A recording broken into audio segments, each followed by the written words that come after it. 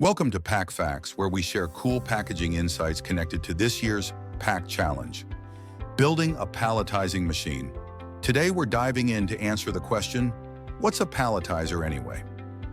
You know those perfectly stacked pallets in stores? A robot probably did that. Before automation, people had to stack boxes by hand all day, kind of like playing Tetris, but way heavier and more exhausting.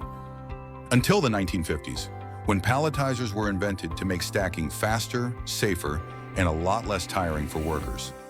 Imagine swapping hours of heavy lifting for a machine that can do it in seconds.